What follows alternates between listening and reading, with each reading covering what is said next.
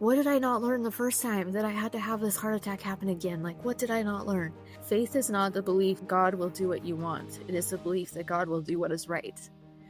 Because what I want is to not have a heart attack. Not to have gone through that. I was so upset. I was so mad. I was so frustrated. And you feel kind of silly. Like, how can you be mad at God when he does so much for you? Yeah, there's really tough things out there, but you can get through it. And one of the best people to get through it with is God.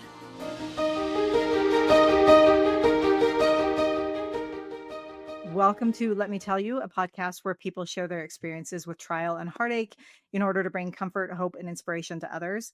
This is a super special episode. This is my first, besides my husband, my first family member on the podcast. This is my niece, Justine, and I finally got her to come on. I convinced her to come on. You'll see why when you hear her story, because it's unreal.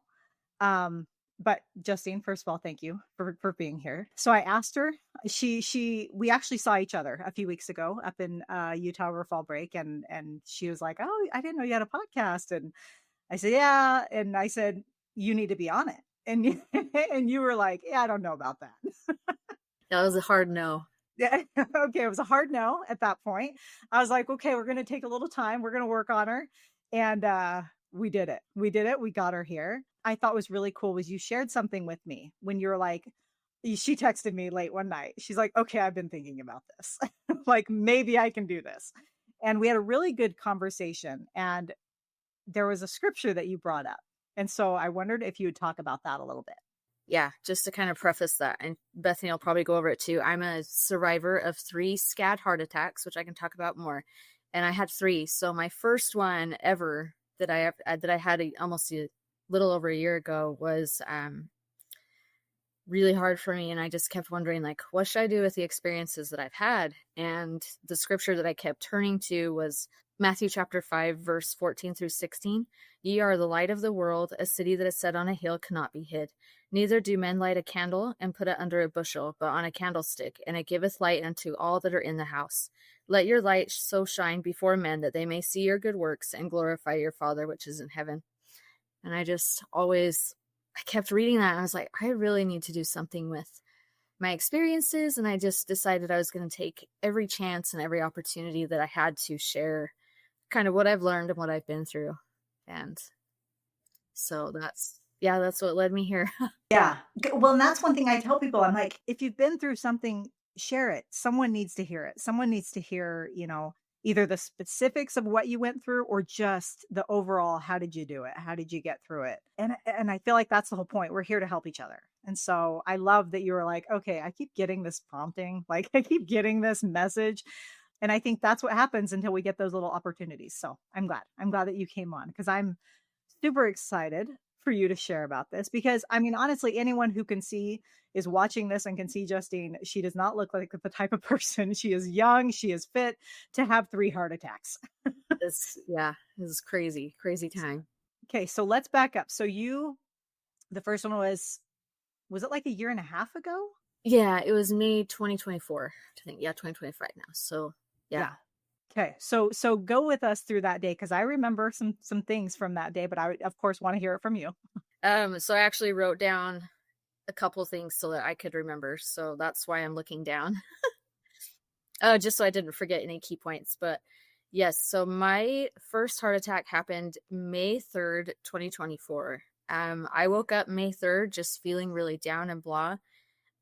If you're familiar with Utah, you know that sometimes the weather is just kind of crazy in May. Even though it's spring, it can feel cold and dark and dreary sometimes. And that's kind of just what I thought was going on with my mental. So I decided that I was going to hop on the treadmill, because I feel better.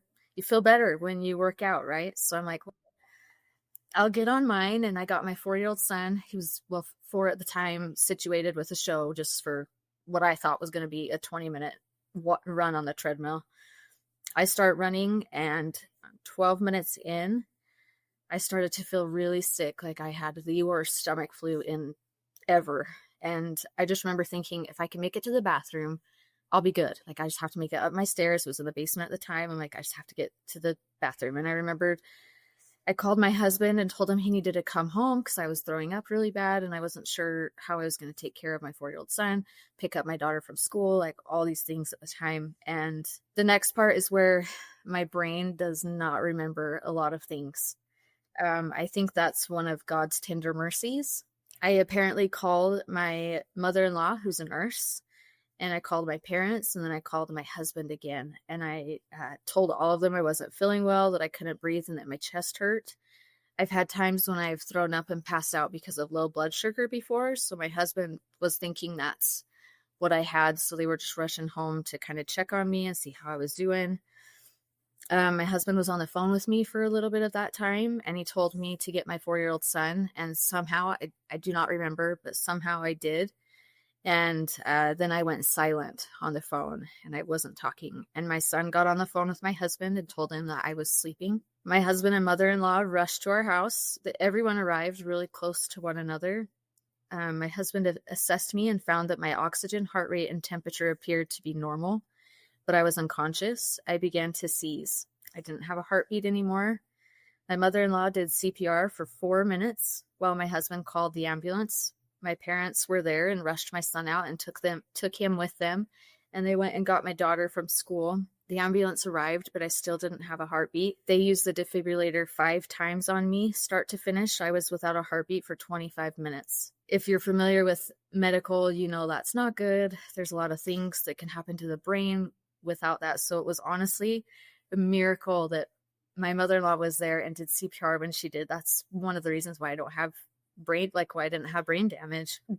Once they did get my heartbeat, I was rushed to the hospital and put in a medically induced coma for 3 days. During that time, my family was told some pretty devastating news that I might not survive. There was a very slim chance, and if I did, that I would have severe brain damage. 3 days later, I came out of my coma. Not only did I come out of the coma, but I was able to recognize the people around me and kind of have my surroundings and figure out where I was, know where I was. I was in the hospital for 4 more days, and then everything looked great. So they sent me home.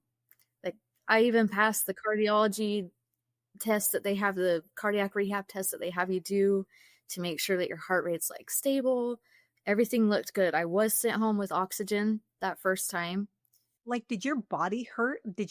What did you feel like?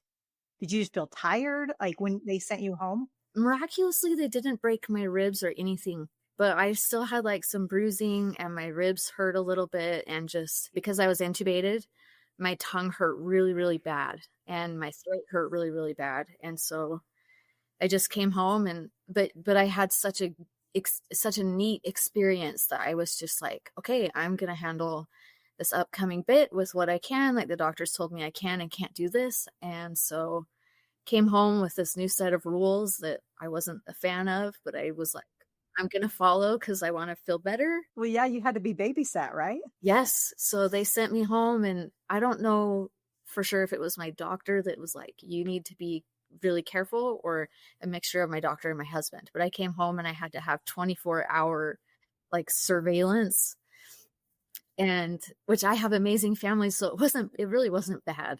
Like, I make it sound horrible, but I had like my mom and my mother-in-law would come and take me on field trips, is what I call them. And we would go do things, and like, it wasn't bad. But that first day that I was home, I was only home for 10 hours. So those 10 hours were really great. I was very tired. I just wanted to come home and rest, and that's what I did. But after being home of shy of 10 hours, I was on my couch and had some chest tightness and vomiting again. And my husband luckily was like, we're not going to take this lightly. Like, we're rushing to the ER. And that's when they found out I had a heart attack, and it was an extension of my previous heart attack. So this is my second heart attack. I then was life flighted to a different hospital to have a device called an Impella inserted. An Impella is a device to help your heart pump so it isn't working as hard. It's really interesting. You should look it up. It looks kind of like a shepherd's hook type E-shaped long insertion. Not insertion, but like a device. It's really cool. I couldn't be sedated for that insertion because of my heart rate being so low. And that pain was the worst pain because they go up through your groin, and yeah, right up through there, and they like chain it up through your heart. Oh, it was bad. And that pain was so bad. I remember thinking, like, I'm dying right now. Like, this is death. Like, I'm dying the second time. But this time it hurts. It was great because, yeah, my first time, like I said, I think God puts like a tender mercy in play when you're that close to death, because I don't recall any pain. I don't recall saying that my jaw hurt. All I remember is just throwing up. And it just felt like you had a really bad stomach flu. But yeah, so that Impella stayed in my body for 3 days. And then I stayed in the hospital an additional 4 days to make sure everything was good, make sure I was clear. And once again, everything looked great. Everything looked amazing. And I was able to come home. And I came home with this new perspective on life. At that time, I felt like my life had changed forever. But I was so frustrated and mad and irritated because before my heart attacks, I had plans to go hiking. I wanted to go camping. I wanted to like run more miles a day because I was running throughout the whole winter. Like I thought I was doing really well.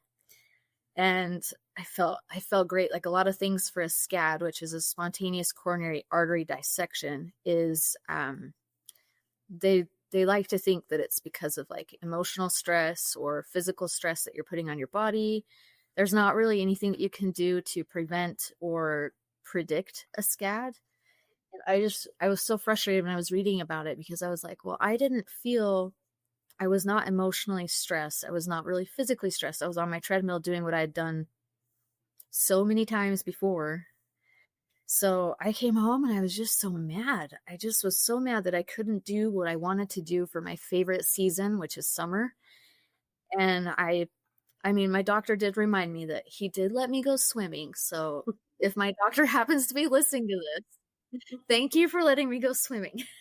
Well, I think that's a really good point because I think that like we know that stuff happens to people, but we also think if I take care of myself, if I'm healthy, if I can avoid all these things, and then you just have like this ticking time bomb go off, and it's like I didn't even do that. Like I didn't even cause that. That's not fair.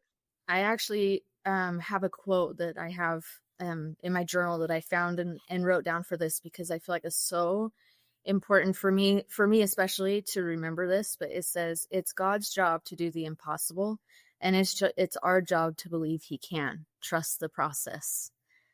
And I'm like, it just yeah, it was just so good for me to read because I was like, okay, it's impossible for somebody to be essentially dead for 25 minutes and then come back, and it feels impossible to be here and all these things, but you just have to believe that God can he can he can just it's the refiner's fire, right? Like he can take the crappy situations and make them better. But I was so mad that that happened. I was like, oh, so mad. But and I was scared too because I came home like I couldn't walk. I couldn't get my heart rate up to a certain amount. Yeah, I couldn't get my heart rate up too high because again with SCAD you don't know like what causes them. There's still some research on it happening, and I'm not a medical professional, so I don't know. I'm not very good at that stuff, and it honestly makes me queasy. So when it comes to that side, I'm just like, yeah, you're good. Tell me what I need to do. But I just remember being so scared and so mad all the time. And one thing that I learned was that being scared and having fear and having anger, it is okay to have.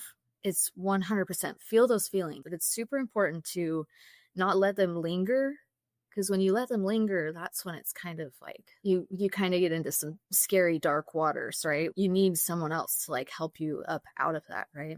But yeah, just that's my story of my first two, and I was doing great. I had such a great like outlook on life. My perspective had totally changed. I could see where God has been doing so many good things in my life. I told myself, okay, well this happened to me and I had these experiences. I just wanted to be better and do better and just be, I don't know, try to do better and be better. And so I listened to my doctor. I had, like I said before, I had awesome family help throughout everything. They've been there. I mean, my husband's been great. He's amazing, and he knows more than most people what I felt, because a lot of times I'd just be like, yeah, let me tell you how I'm feeling today. Like, We always joke that meme, that reel, the let me tell you something. But yeah, so I just had this feeling overall that, God he's so good and you really just can't take anything for granted, right? It was just a wild time last year and I thought I was in the clear because I mean everything looked great. I was doing good. I had been cleared for everything back in April. So I actually ran a 5K for SCAD research, the first one for Utah. It was really fun. And I was excited because I got to run. Just part of it. I'm not a great runner. But then I needed to have a medical procedure done, and so they needed me to do a stress test on my heart, and that came back perfect. I was able to get not an unrelated medical procedure done, and then yeah, just I was doing great, and I felt great. And then I had the most frustrating thing happen this year. I don't know if you want me to get into that yet or not. You can. Were you thinking like this is in my past? Were you thinking this could happen again? Well, that's the thing, like I said with scads, is that there's nothing you can do to prevent or predict them. So it's really, really important that you listen to your body and kind of like stay in tune with how you're feeling. And that's like a big thing that I had last year. I'm like, okay, well, nothing's going to tell me if I'm having one or not, right? Like I have to really listen to my body to tell me. So overall, I thought I was in the clear because I was like, yeah, I'm able to listen to my body. I feel great overall. I felt amazing. I was getting to that point where mentally I wasn't so mad anymore. Like I'd come to terms with God and I was like, all right, we're good. We're good, right? Like, and That's okay. Wait, that's another thing because I do want to talk about that a little bit because I think people sometimes feel bad. Like they're like, I was so mad at God. And I'm like, yeah, yeah. And he probably knew why. And he's okay with it. there was a lady in our Sunday school last week that was talking, we were talking about something. I can't even remember right now. And then she was like, God knows and he can take it. Like he's used to that. And that's okay. Yeah. If we want to have like a real relationship with him, like, wouldn't you want to be honest? Isn't that what a good relationship has is honesty and he can take it. And it's like, I think so much of it, because you said it so well, feel those feelings. Like if you're angry, if you're sad, if you're whatever it is, feel those because you got to work through them. Because at some point they're going to come back if you don't. Yeah. And like I said, it can get you in some scary deep waters. So if you need to talk to somebody about it, like a therapist, 100% do that or write it down. For me, writing it down is kind of what helps me through things. Okay, so let's move on then because we're not done. All right, yeah, let's do it. I know I had a lot of learning to do. Yeah, so I figured I was in the clear and I accepted a calling to be the girls' camp leader. I was so thrilled because with my first heart attack, I was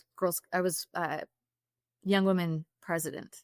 And I was so sad to have that happen and not be there anymore. So I was like, yes, I get to go be with the young women again. This is great. I love it. And I was feeling like I probably wasn't the greatest camp director that they've ever had, but I felt like I really prayed and put forth the effort to have activities that lined up with what our themes were for the day and for like what we were doing, things that lifelong things that they could have with them for forever and remember positive things. So I felt like I had put my service part, I felt like I was doing my part in like the service circle, like here we go. Now magnify this for me, right? And it kind of came back. Sorry, I'm gonna probably get emotional for this part. But I felt like it came back like a slap in the face because oh my gosh, why am I crying? It's okay. We cry on here. You're first. We cry on here. I was at girls' camp and I was having so much fun. One of the days we got up early and went hiking, and I just remember hiking and being like, oh, I've so much missed being in the mountains. That's like my happy place. So I was like, oh, this is great. And then we had some other really fun activities that I got to be a part of that were amazing. And I was just having so much fun. I was like, this is great. Like I'm loving every minute of it. And The one morning I woke up and did high fitness, which I am not, that's not my thing. I'm happy for everyone that it's their thing, but it's not mine. But we had a girl that wanted to do it. So I was like, okay, I'll go do it with you. Me and another leader went and did it. And all I really remember, and honestly, this third heart attack took my memory, and I didn't remember a lot of things until people came and like told me their story of it. And then my brain was like, "Oh yeah, that happened." And then I'd remember. The brain is crazy cool, but um I just remembered that morning that I had a really bad headache, and I took some Tylenol, and I was like, "Okay, yep, I'm doing good. Like we can get through the day." And then I didn't remember anything else. And I actually had the leaders that were there with me come and tell me. As they were telling me, I remember some things, and then there's some that they told me that I'll be able to share on here. So if anybody is listening and they know more than me, just please forgive me, because I'm only remembering what my little brain can remember. We're working with what we got. So I had a headache, and then throughout the day, it's really interesting because I remember coming home and I had pictures on my phone, but I didn't remember what the pictures, like why they were there. I was like, what? When did this happen? Because I don't remember being there for this, but my brain just, again, one of God's like tender, I honestly think it's a tender mercy that you don't know like what you're feeling at the moment that bad things are happening. But throughout the whole day, like we did stuff, and I guess what happened was I was at like a challenge course, and I went back to get ready for our testimony meeting night, if you guys are familiar with that. And our bishopric was coming up, and I was like, okay, I'm gonna make our camp nice so that like it flows and we can have it set up how we want. The girls were helping me set up. We set everything up. The other leaders came back from the challenge course, and we were just, I can't even remember what I was doing in the moment, but one of the leaders told me I was putting together the last charm bracelet that we had up at camp. And I just finished it, and I turned to her and I told her, I'm not feeling very good. Don't make it a big deal. I'm just going to go lay down. But just so you know, I'm just going to go lay down in the tent.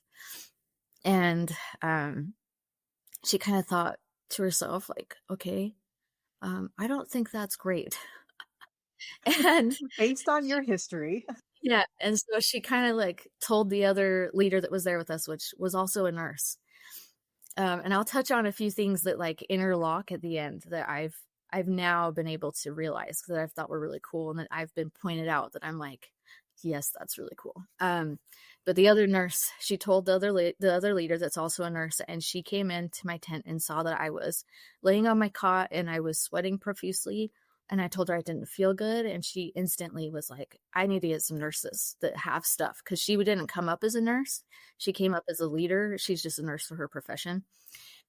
And so she ran and got the nurses that were there for camp that had things, and they came and they checked my pulse and my heart rate and blood pressure, and it was all like all crazy and squampus. And they're like, we need to go to the hospital right now. We need the ambulance, but they don't have time to come get us. We're going to have to meet them in the main road. And I got a blessing from the bishopric that was there, and another person that was there too. I can't remember right now, and they rushed me. They were able to get me down the canyon and meet up with an ambulance that was better equipped to take me to the hospital. And they took me to the hospital there, and they found out that I'd had a third heart attack. This part's really, really hazy for me because, like I said, my memories was gone. Like, it was gone. My family, so I had a heart attack, and then again, I think I was put into a medically induced coma for just like a day. Is that right? I don't think so. You don't think so?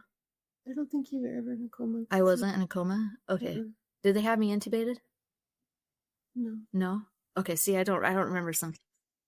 I just don't remember. So I just remember waking up in the hospital, and like this is like my memories flooding back in the hospital. Well, not even memories flooding back, but being able to register where I was. And I had been in the hospital like 5 days. It was almost time for me to go home. And I was like, what is happening? Like my memories were sticking from just a little bit, not really. And I was like, what in the world? And even still, like, so I woke up in the hospital, and I came home, And I just, oh man, this time I just was so mad. But my family, while I was in the hospital, my memory was gone. Like it was non-existent. My family joked that I was 10-second Tom. It's awful if you see mistakes. Yeah, it was horrible. My memory was so bad, and they were talking to my husband about needing to put me in a long-term care facility.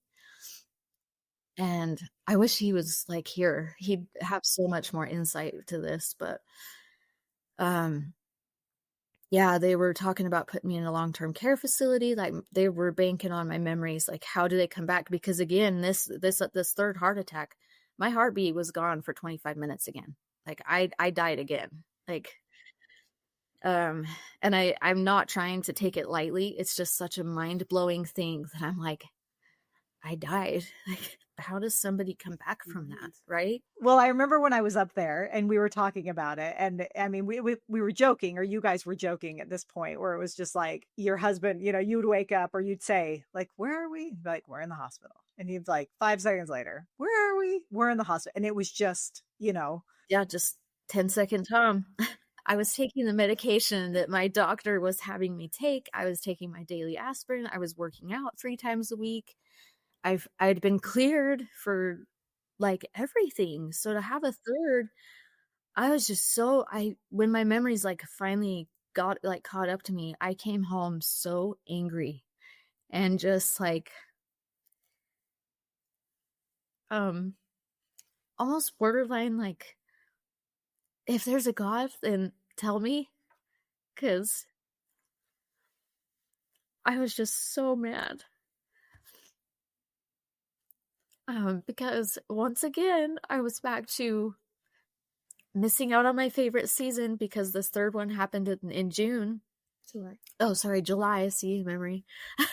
This third one happened in July. And again, I had to like miss out on camping that I didn't get to do for the second time, and I had to miss out on hikes. Like one of my favorite hikes is Mount Timpanogos. And I had told Kevin, my husband, I'm like, I'm gonna hike it again. He's like, no, I don't think so. And I'm like, well, I'm just gonna hike up to like the part that's not very far. Like that was my goal last fall, or this fall. This fall, it was my goal to hike that far. And I had hiked the Y back in April, and I was like, I'm so excited. I'm gonna take my kids and hike the Y because I loved it. And I just was like, there's so many hikes I missed out on. So to miss out on those again, I was just like, seriously, I was so upset. I was so mad. I was so frustrated. And you feel kind of silly. Like, how can you be mad at God when he does so much for you? And but you can be mad. when we get backed into that corner because I think as humans, we just want so many things are out of our control, right? So we just want some semblance of control of our lives, of I'm going to do this, I'm going to plan that, and this is how it's going to go, and it's a good plan. And when those things don't happen, or when something messes that up, and there's no one to blame. There's no one else around us to blame. That's our go-to, right? That's our go-to is, I got to blame someone. This anger needs to go somewhere. And and I'm like, I don't know. It's scary, I think, for people to watch a loved one go through that anger, because we're like, oh, like how far is that going to go? Oh yeah, it's like, yeah, there's some pretty dark waters you can get in. Yeah. But then I think it's just who you choose to talk to in those times, who you choose to be around. I'll tell people, if you're going to I call it a pity party. That really downplays it. That's not really what I mean. But I'm like, if you're going to do it, go hard and go all the way to the bottom, because you got to push off and come back up. So get it all out of your system. If that's what you got to do, because you got to come back up. If you've really been in that deep hatred, it doesn't feel good. Like everybody at one point in time has held a grudge, right? And it doesn't feel good. No, it's so uncomfortable. That was one of my favorite things to learn, and I learned it in my own journey, is that anger is not even a real emotion. It's a cover up emotion. It's a secondary emotion. So anger is always covering up another emotion. And it's usually fear. It's usually sadness. It's usually pain. It's like the outer shell that we get to put on that makes us tough to get through stuff. Because I know for me, when we were going through like infertility and stuff, and I was so angry. I was so angry. I was angry that people got pregnant. I was angry at God. I was angry at so many. I had a list. And I was angry so that I wouldn't cry. If I could be angry, then I won't cry. And I was like, that really is a secondary emotion. That's not even the real emotion, you know?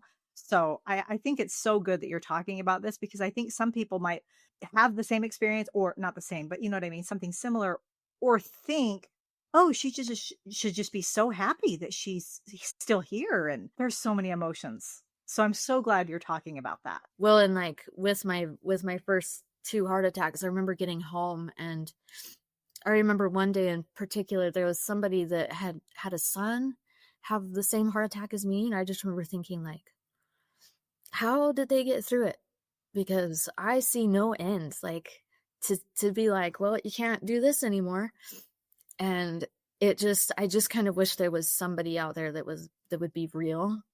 Like, I feel like you need somebody to be real, because I just remember, like, and nothing against this person, they're wonderful, but I just was like, how can you say they're doing fine? Like, how are they fine? Because I'm not fine. Like, how did they get to fine? Right? And I kept thinking that, like, how do I get, especially with this third one, because I don't do well. I don't like confrontation. I don't like being, like, feeling anger or that. I don't like feeling that. And so I let myself feel those things because that's healthy. But then I had a friend of mine reach out randomly, and she's like, hey, how are you doing? And I'm like, not good. And I just unloaded everything on her. And I had several friends actually that I did that too. When I tell you I have hands down the best family and the best friends, that is what I mean. Like, they are all solid. And I had so many friends reach out, and I wasn't gonna lie and tell them I felt fine. So I was like, yeah. I remember one friend, I was like, yeah, I'm honestly, like, I am not in a good spot right now. I'm like, I feel like if Heavenly Father really loved me, why did he allow this to happen? Why did this have, like why, right? Like, I had so many whys. And one friend in particular was a Bible counselor, or is a Bible counselor, and she's like, I have some scriptures that I can send you, and if you could just, like, read them and meditate and just think about the scripture and, like, how you can apply it and look for the love of God in every scripture that I send you. And I was like, it was kind of like all right, well, I don't like where I'm at, so I'm gonna throw in the towel and see what happens. And then so I did, and it kind of got me going into, like, reading. So I would do that, and then I'd had a gratitude journal for a couple years, and I never wrote in it. Which is, We all have one. Don't worry. but yes, it's like your emotional support journal that you, like, sit next to your bed, and it, like, moves with you, but you don't really do anything with it. Totally. And next week you're going to start and you're going to hit it hard. Yeah, right. Yep. You do great. You get, like, one day in. Yeah. So I had read an article that actually talked about gratitude journaling, and I was just like, okay, well, it was like after 21 days, your brain chemistry. Oh, squirrel moment. What got me looking was, what can I do holistically to help my heart heal quicker? Because I had a 30% ejection fraction with this last heart attack, which is how much blood your heart is pumping. And then, yeah, 30%. Normal is 55 to, like, 75, I think. And I wanted to better it, and I didn't want to I was already taking the stuff that my doctor was having me take. So I was like, okay, what can I do to help it get better?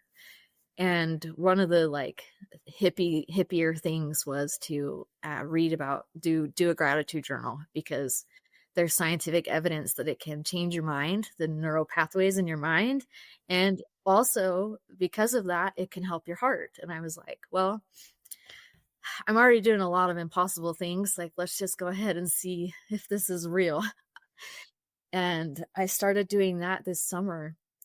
And I'll just tell you, it was one of the best things that between that and the scriptures that I was reading and my family and friends support group, I just had like this, honestly, like life-changing is a little bit dramatic, but it was like a life-changing thing for me.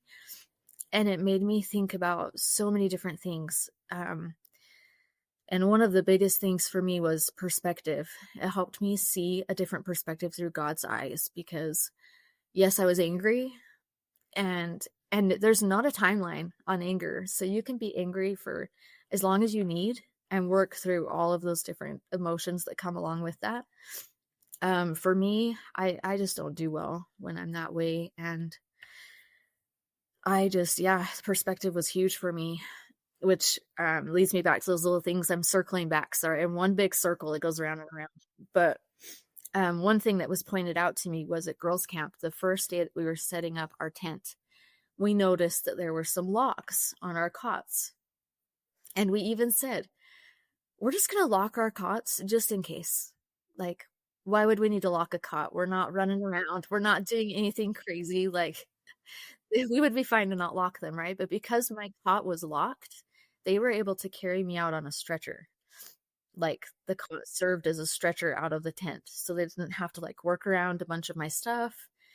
And like, that is a little thing that was just like, when I was told that later by one of the leaders, she's like, when I thought even about our cots, like, oh my gosh. Sorry. She said that God's hand was in everything, every detail, because not only that, but that day that my heart attack happened, I wanted to go shower before the bishopric came because it was our last day and I was like, I probably stink, like BO Central right here. And she also wanted to go shower and she's like, well, I'm just gonna run and I'll be really fast. And I was like, okay, fine, like it's cool, whatever. I have some stuff I gotta get finished here anyways. And I was like, all right, that's not a big deal at all. And she went and showered, but had I gone and showered, we were thinking like, would I have had my heart attack in the shower and nobody would have seen me and just thought I was taking a long shower? Or like, like just different things. You don't realize how many things God has his hands in. Like, it's just crazy. And something that Kevin said, I think it was Kevin, it may have been someone else. But one night I was just mad and I was just like hashing out all my feelings and like talking about it and just being so like, what did I not learn the first time that I had to have this heart attack happen again? Like, what did I not learn? And he said, well, I'm going to screw it up, so I'm going to try to find it. He says, well, what if God is the reason that you're here? Like, what if, like, we all have our bodies and we're all subject to, like life here on earth. And yes, God ultimately has charge over everything, but he's like, what if, God stepped in and that's why you're here? And not that God doesn't step in if circumstances would have been different, because he definitely does. There's just different things. And it's just crazy how different everybody has a different path and a journey. And it's really like, I'm going to go back to another quote that I wrote down, if you don't mind. These are just some quotes that I was pulling out because I'm like, oh, I love these. I love this. One of the things is that faith is not the belief God will do what you want. It is the belief that God will do what is right. Because what I want is to not have a heart attack. Not to have gone through that, not to have inflicted any trauma on my family, like nothing. And apparently that's not what is right. What was right for me, like God had other plans, and that's okay because it's taught me so much, because it's just taught me so much. It's interesting because the phrase that keeps popping in my brain as you're like talking about the cots and talking about not going and taking a shower, the phrase softening the blow. It's like this was going to happen, but it's like God put these things in place so that it would soften the blow. So it would make it a little easier. It would be like, yeah, this is still going to happen, but and I think that happens in different ways for different people through different trials where it's like, yeah, you're going to go through this, but who just happens to be there is a doctor, or who just happens to be there is a therapist that knows how to deal with this. And it's like, I'm sure as a parent, he hates it. He hates that these things have to happen, but he's like, we're going to soften the blow.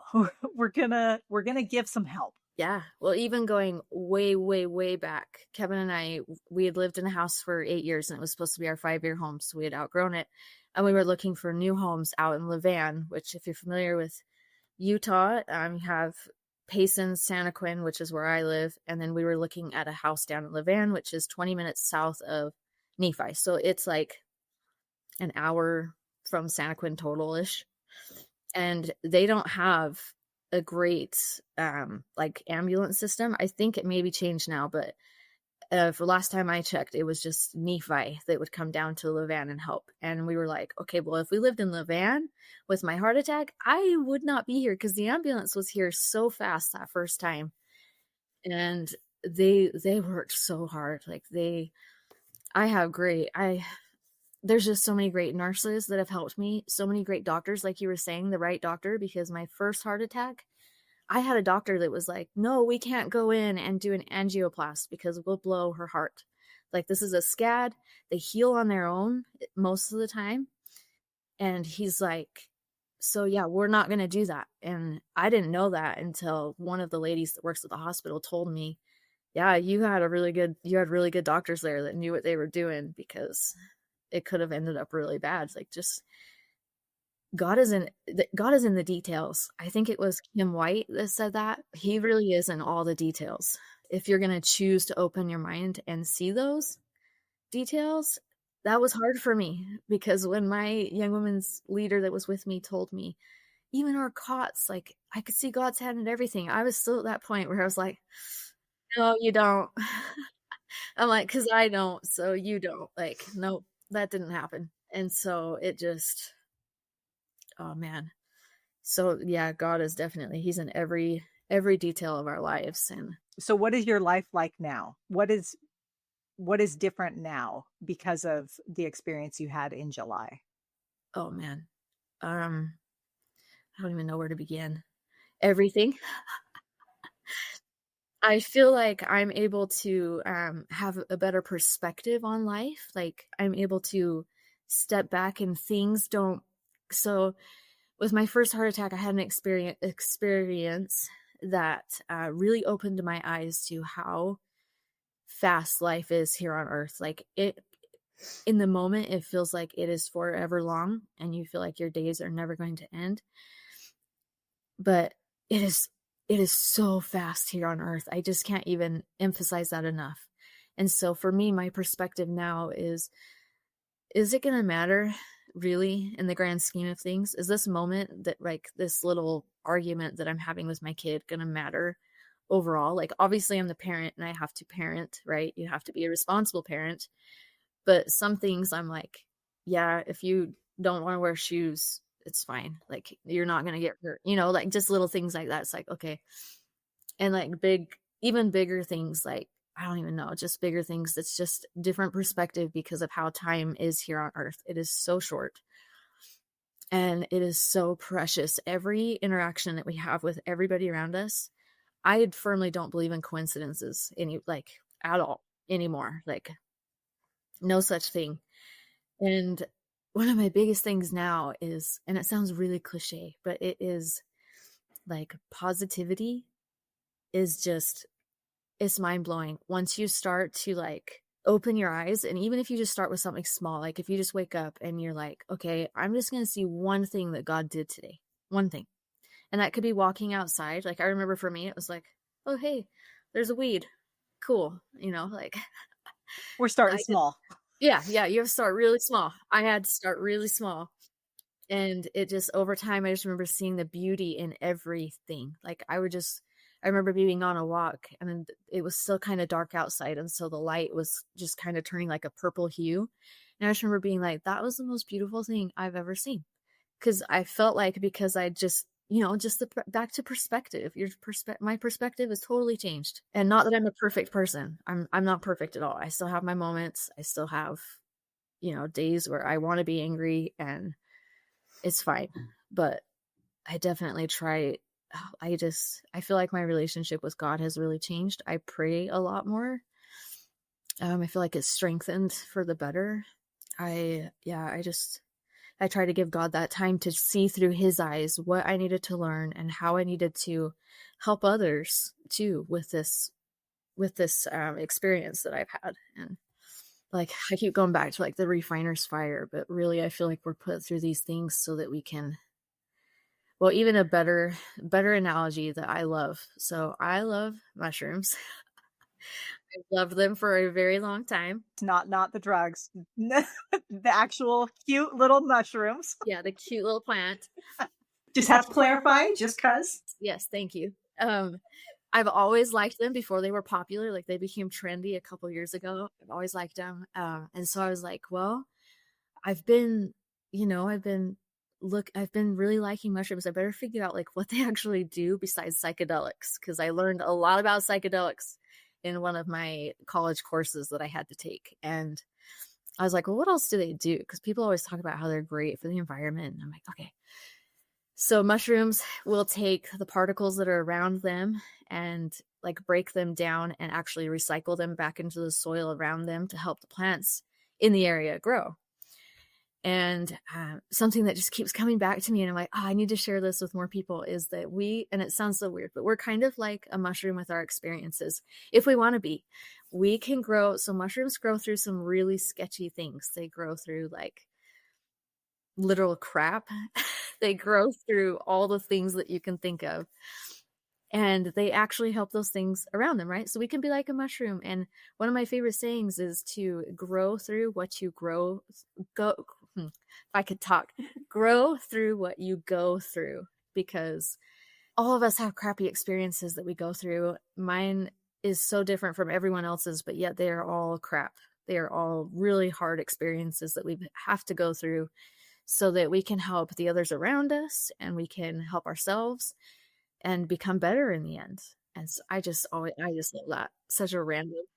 I love it. No, I love it so much. I think if everyone takes whatever they take personally from their experience, and some things that stick with people won't stick with another person, but that's why I love talking to people, because I'm like, what came out of that for you? And I don't know, I just think it's so, we all have that feeling when someone is going through something and we really can't relate, but we want to be able to help. And I'm like, well, the only way we can get to that point is going through the stuff. We have to go through some stuff if we want to be able to relate to more people and be able to help more people. And I believe that at our core, we want to be helpers, but like we said at the beginning, people want to talk to people who get it. They want to talk to someone who's been there so they can say like, no, for real, like, how did you get through this? Like, don't sugarcoat it. I need to know the real feelings and how to really change this and be able to get through this, because I don't see a way out right now. And they only want to talk to someone who's been there. Okay, so I have a question. This is not my final question, but I have a question. And I am obviously not hoping that this is ever the case again. But because you have done this multiple times now, and you've come out of it, and anger has been there. And I think we can all say like, well, here's how I want to be. Here's how I hope I will be. And that's probably your answer. But how do you think you would handle if this were to happen again, based on how you've gone through it in the past?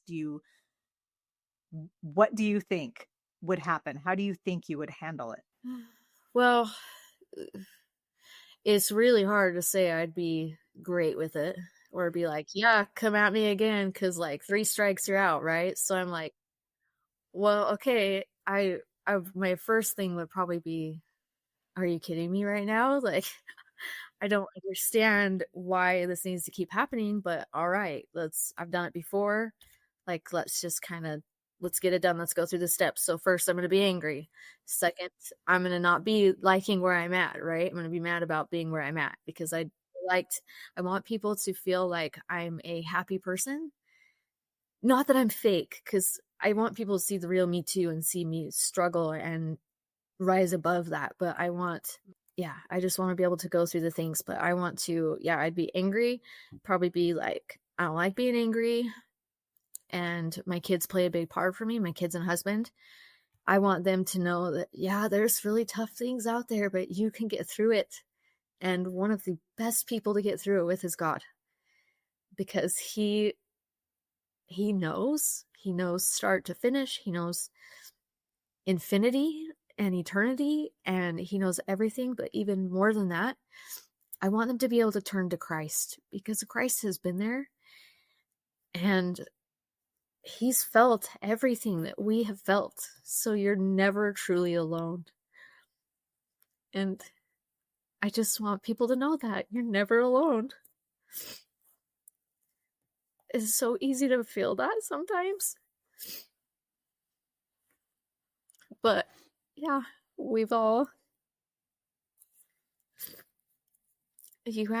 have such a good resource in Christ. And I hope that I would remember that and to come back and be like, all right, take my hand again, because I'm shooting it out of the dark waters. Come grab me, because he's always just like that picture of him knocking. He's always on the other side. He's always above the water. So that's probably what I would do if I was a betting person. Might take me a little minute to get there, but hopefully with learning what I've learned this time, I could be better at getting through it again. Yeah. And I think it's so hard, especially when you go through something like what you've gone through, where it's not something a ton of people or any people that have really gone through. So you can be like, oh, they understand, or you can look it up and see people that this is something that like nobody's ever heard of. I mean, I have never heard of this. It's crazy. I mean, my mom had a heart attack at 40, but she had a completely, like, everybody's had a completely different experience, which is good, because it's becoming more research. So there are becoming a little bit more people, and we've gotten together, and there's so much joy that comes from numbers. Like, that's such a weird thing to say, but there's just like, it's just nice to be with people who've been there. Yeah. And that's hard to find. Yeah. And that's part of why this is why I do this, is because I'm like, I want those people to find the other people that, they need to form those bonds with, to strengthen themselves to get through these kinds of things. Okay. So for my final question, what would you tell someone? And you've kind of shared a lot of it, but I really want you to think about, if you were sitting across from someone right now who's gone through the first one. She just had her first heart attack, and we don't know if we're having more, but she's there and thinking, what just happened? And what is my life going to be like now? And how am I going to deal with this? What would you want her to know? Oh, that's a tough question, because there's so many things. What I wanted to know when that happened to me was, how will there ever come a time again where I will be able to go do the things I want to go do? I had one doctor tell me no, and I had one doctor tell me not yet. So probably what I would say was, it's going to suck for a little bit. It's going to be hard for a little bit. And you're not going to feel it yet, but I promise you that yet is super great. And you will get to do those things. You just can't yet. But you will get to do those things. And it's okay to feel mad. It's okay to look at people running down the street and be mad at them for running, because you can't do that. And I had somebody give me a little plaque that says 1 day at a time. And quite literally, there were some days where I had to take it 1 hour at a time. I just had to be like, okay, I had 1 hour down. Good. All right, we're doing great. Like, you can get through it, and it'll be hard. Because I felt like so many people made it sound easy to get from where I was to the end. They were like, oh, so-and-so had this and they're doing really great now. And I was like, cool. Well, I don't feel great. So, like, you want to put a timeline on it. And it's hard because people people don't say it was really hard for them at the beginning. They always just talk about, like, you want to hear the positive, right? So people talk a lot about the positive things. But in the moment, I wanted to hear, like, yeah, it was really hard. But it does get better, because I also liked hearing, oh, they're doing great. Well, how long has it been since they've had their heart attack? 2 years. Okay, great. So in 2 years, I'm going to feel great. But it was like, okay, but how do I get there? Because like I kind of said before, I don't know. I don't know if I'll have another one. I can't tell when I'm going to have one. I kind of can clue into my body and be like, oh, I don't feel great. I should probably get checked out. But so that not knowing is really hard. And I think it's okay for people to know that it's hard. But that you can do it. Like, we can all do tough things. And like, I don't know if that kind of answers your question if that made sense, but I think it's the real. They want real. People want real. They want honesty. yes. So I would probably just tell her, like, hold on to that yet. You're going to be able to do those things. You just can't yet. I love that word now. That became like one of my new favorite words just now when you were saying that, is yet. I just remember laying in the hospital because with the Impella, I couldn't move. I had to be at like a 40, I don't even know how to do a 40-degree angle, but I had to be at like a 40-degree angle. So you're like laying way back, and I couldn't move my legs because it was in a main artery. So I could not move for 3 days. And I just had to like sit like this. And I had to have like, I had one nurse, and I wish I could remember her name. She was awesome. But I had one sweet nurse that was like trying to help me eat. And I had this other lady come in that's a nurse too. And she's like, she can do it. Let her do it herself. And at first I thought she was mean. Like, I'm just hungry. Just let me eat my Jello. Like, just feed it to me. But at the same time, it felt so nice to be able to do it on my own and be like, okay, I can do this. That was probably one of the first times that I was like, okay, if I can sit at this angle and feed myself Jello, I can do anything. Like, I can do it. Just maybe not yet. Well, I am so grateful for you doing this. Honestly, I think that there's a strength in hearing, even if people can't relate to the actual trial, the actual specific trial. There's just, we have all been there. We've all been to that feeling of why is this happening? What's next? What does the future look like? And most people think that on a regular basis of just their own lives.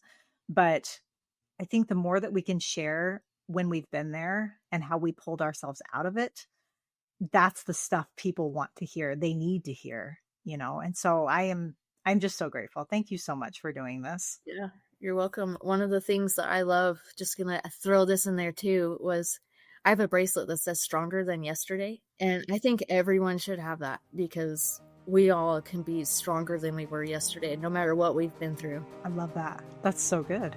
That's so good. You finished on a high note, man. I love it. Thank you so much. Thank you so much, Justine.